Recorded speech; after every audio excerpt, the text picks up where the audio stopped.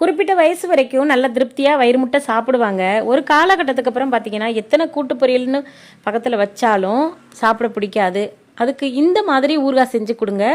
கண்டிப்பாக வயிறு முட்டை சின்ன வயசில் எப்படி சாப்பிட்டீங்களோ அந்த மாதிரி பக்குவத்தில் சாப்பிட்லாம். வாங்க ஃப்ரெண்ட்ஸ், எப்படி பண்ணுறதுன்னு பார்க்கலாம். இப்போ ஊறுகாய் பண்ணுறதுக்காக 1 டேபிள் ஸ்பூன் கடுகு, 1 டேபிள் ஸ்பூன் அளவுக்கு வெந்தயத்தை நல்லா கடாயில் போட்டு ட்ரையாக வறுத்து எடுத்து வச்சுக்கோங்க. அடுத்ததாக ஒரு மண் சட்டியில் 100 மில்லி அளவுக்கு நல்லெண்ணெய் சேர்த்துக்கலாம்.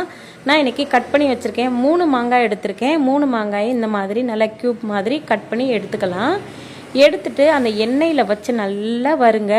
இந்த மாதிரி, அதாவது பொன்னிறமாக வறுக்க வேண்டாம், நான் சொல்கிற பக்குவத்துக்கு வறுத்து எடுங்க. இப்போ பாருங்கள், நல்லா கிண்டி கிண்டி விட்டு இந்த மாதிரி அந்த மாங்காயோடைய தோல் பாருங்கள் பச்சை கலராக இருந்தது, இந்த கலர் லைட் கலராக வந்துருச்சு பாருங்கள். அந்த மாதிரி பக்குவம் வரும்போது மாங்காயை எடுத்துருங்க. 2 பேட்ச் நான் போட்டிருந்தேன். இப்போது நம்ம 2 பேட்சையும் நம்ம வறுத்து எடுத்துட்டு மறுபடியும் அந்த சட்டியிலே மாங்காய் எல்லாத்தையுமே கொட்டி நல்லா மிக்ஸ் பண்ணிவிட்டு கொஞ்சம் ஆற விட்டுட்டு எடுத்து இப்படி கையில் மசிச்சு பாருங்கள். நல்லா மசியுது பார்த்தீங்களா? அந்த மாதிரி பக்குவத்துக்கு வரணும். நல்ல மாங்காய் ஒரு 10 நாள் உப்பில் ஊறின மாதிரி ஒரு பக்குவம்.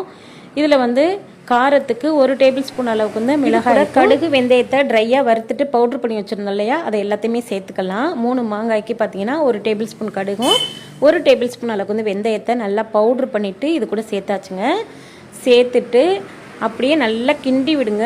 கண்டிப்பாக இதில் உப்பு போடணும். உப்பு போட்ட வீடியோ ஸ்கிப் ஆகிடுச்சுங்க, சாரிங்க. இதில் நல்லா 1 டேபிள் ஸ்பூன் அளவுக்கு நல்லா உப்பு போட்டுட்டு நல்லா கலந்துருங்க. இதை ஊறவெல்லாம் வைக்க வேண்டாம், வெயிலெல்லாம் வைக்க வேண்டாம். அப்படியே நீங்கள் கண்ணாடி பாட்டிலில் போட்டு ஸ்டோர் பண்ணி வச்சுக்கோங்க. 10 நாள் வெளியில் வச்சு சாப்பிட்லாம். நிறைய மாங்காய் ஊறுகாய் இருந்துச்சுன்னா ஃப்ரிட்ஜில் வச்சுட்டு யூஸ் பண்ணிக்கோங்க. 6 மாதம் ஆனாலும் கெட்டு போகாதுங்க. செஞ்சு